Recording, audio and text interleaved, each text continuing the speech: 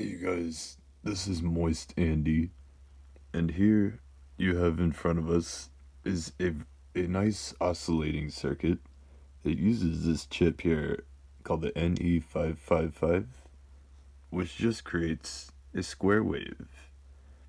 And what we do with this square wave is we send it into this MOSFET, IRFP 260N. It seems to be the best one for high voltage switching. Now, I'm going to wire up the hot voltages up into this rudimentary power supply, and you shall see. As soon as this is turned on, it's a very high-pitched squealing, and it's very nice. It's adjustable. Like, check it out, guys. Look at all this on this neon light.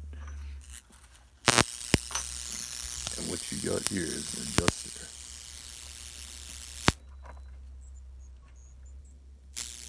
I can sort of adjust how the voltage acts right there.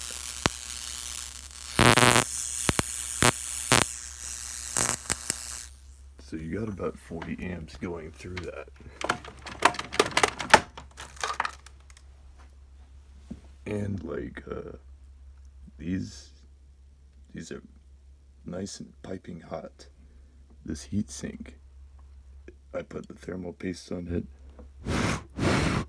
That's very nice and hot.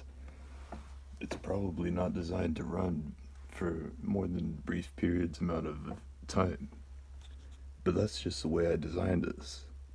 What these are Schottky diodes, and this is just a rectifier which converts the AC from the transformer down into an 18 volt power supply DC, which is smoothed out by this capacitor here. Now, this blue capacitor, this is a 1 nanofarad, 1 kilovolt capacitor. Combined with this Schottky diode, it helps to smooth any of the kickback, the voltages coming through on the primary of this flyback transformer. Now, what you see these things do is you find them in old television sets, and they just help to get the electron gun and the cathode ray tube going. That's all it is. It just steps up the high voltages through. Only these two pins is the primary. All these other pins, they do other things. They go to some go to this big capacitor over here. You know, when you first turn on the television, you hear that donk sound. That's when it turns on. And so like the important connection here though, that's your nice kilovoltages. And I just stuck it around over here. You gotta be careful. Anything that this wire will touch, it can arc to anywhere in here.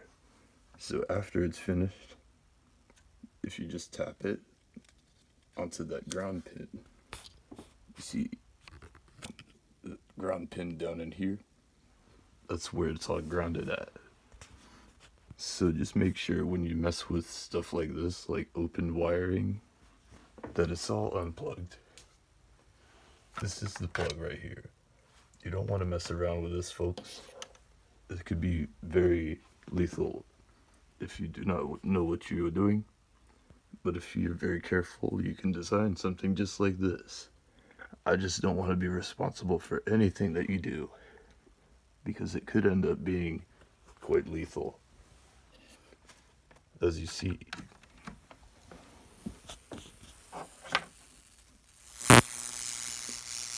quite nice, quite energetic. Nice neon bulb. I love that so much.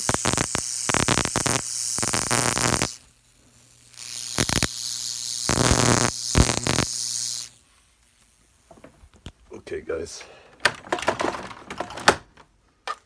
I've had enough fun. Yeah, like I said, you just pop. That's all it takes. just to discharge any remaining capacitance. Okay, bye bye guys.